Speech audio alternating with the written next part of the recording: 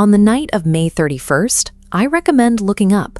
A highly misunderstood astronomical event is about to pass overhead. Despite what you might see scrolling through social media, this moon will not physically turn blue, nor will it expand into a massive supermoon. In fact, it will do the exact opposite. It will be the smallest full moon of the entire calendar year. And once it sets, an event with these exact orbital conditions will not happen again until the year 2053.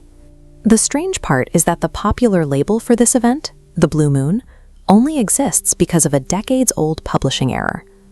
To see the sky for what it actually is, we have to move past the social media myths and examine a linguistic mistake that still dictates how we label the moon today. To the naked eye, the moon on May 31st will look completely familiar. It will be bright, white, and look like any other full moon. Timing is what typically defines our lunar calendar. Usually, the moon reaches its full phase only once per month, but as this calendar shows, occasionally a single month can fit too. Following the flower moon that occurred on May 1st, a second full moon lands on the 31st. Today, we call that second arrival a blue moon. That modern definition, however, comes from an accidental misunderstanding printed in an old astronomy publication. In the mid-20th century, broadcasters reading from scripts blindly repeated that specific printing error over the radio. Early television networks picked up the story and broadcasted to millions. The error was repeated so widely that the public accepted it as fact. But while a communications error gave this moon its famous name, the actual scientific rarity of May 31st has nothing to do with calendars. It is entirely about distance.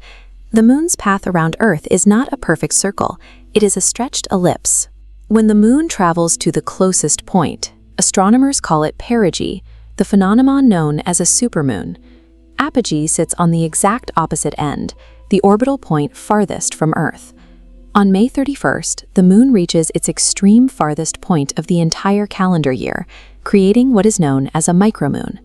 Because of that extreme distance, it will appear roughly 7 to 14% smaller than an average moon or a supermoon.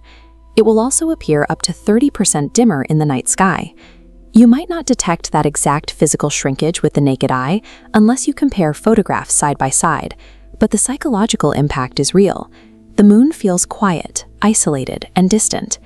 The event on May 31st is entirely defined by the moon taking its maximum physical step back from Earth, offering a stark visual contrast to the massive supermoons that usually dominate headlines.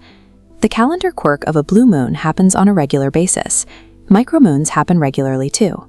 The rarity lies in these two completely separate, independent cycles locking into place at the exact same time. That precise overlap creates the micro-blue moon.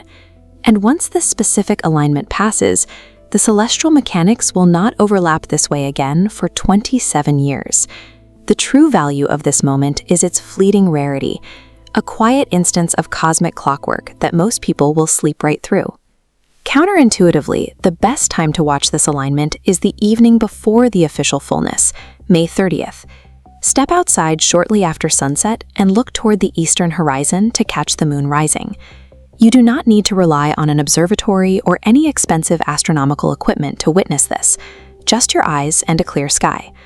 Once you locate the moon, look for a distinct, glowing orange-red object situated nearby in the darkness. That is Antares, a giant red star, often compared to Mars because of its deep color.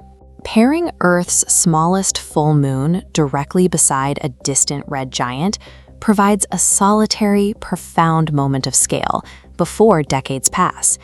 The night sky is constantly shifting and aligning in subtle ways, yet most of humanity never notices the changes occurring overhead. A micro-blue moon is a reminder that the celestial geometry above us follows its own clock, independent of the calendars we print.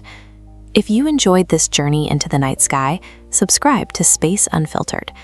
Above us, the moon and stars are tracing paths that only occasionally sync up. You just have to be watching when they do.